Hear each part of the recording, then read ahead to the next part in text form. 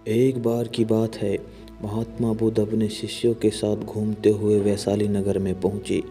वैशाली को उस समय 16 महाजनपदों में से एक महत्वपूर्ण जनपद माना जाता था, जिसकी ख्याति दूर दूर तक फैली हुई थी। यह नगर परम वैभवशाली और हर तरफ से संपन्न था। महात्मा बुद्ध के आने की बात पूरी नगर में फैलते देर न लगी। जिसे जब पता चलता वह तभी उनसे मिलने पहुंच जाता और उनके उपदेश सुनकर खुद को भाग्यशाली समझता। बुद्ध का चरित्र ही ऐसा प्रभावशाली था कि उनसे प्रभावित हुए बिना कोई नहीं रह सका। उस नगर में गणिका और राजनर्तकी अम्रपाली भी बुद्ध से मिलने की इच्छुक थी। वह खुद महात्मा बुद्ध के पास चलकर आई और उन्हें अपने घर भोजन के लिए आमंत्रित किया। उसने इतने सरल और प्रेम भाव से बुद्ध से विनती की कि बुद्ध मना नहीं कर सके। जब यह बात उनके शिष्य को पता चला कि महात्मा बुद्ध ने एक गणिका का आमंत्रण स्वीकार कर लिया है, तो सबने इसका विरोध किया। महात्मा बुद्ध ने बड़ी सरलता से अपने शिष्यों से कहा, मैंने तो उसकी प्रेम भावना देखी। उसने जिस भावना से मुझे बुलाया वह बिल्कुल पवित्र और निश्चल था। वह आज मुझसे मिलने एक गणिका बनकर नहीं, बल्कि एक भक्ति भाव से आई थी।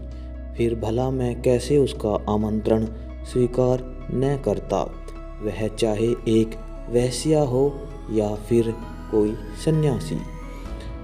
यथा समय बुद्ध अम्रपाली के घर भोजन के लिए गए। वह पहले से ही भोजन की सारी व्यवस्था करके भगवान बुद्ध के आने की राह देख रही थी।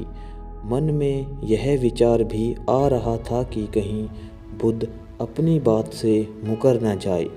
इतने बड़े सन्यासी भला क्यों एक वेश्या के बुलाने पर उसके घर आकर भोजन करेंगे। परंतु जैसे ही आम्रपाली ने बुद्ध को अपने घर आते देखा, उसकी प्रसन्नता का ठिकाना न रहा। वह दौड़कर दरवाजे पर गई और उसका स्वागत किया।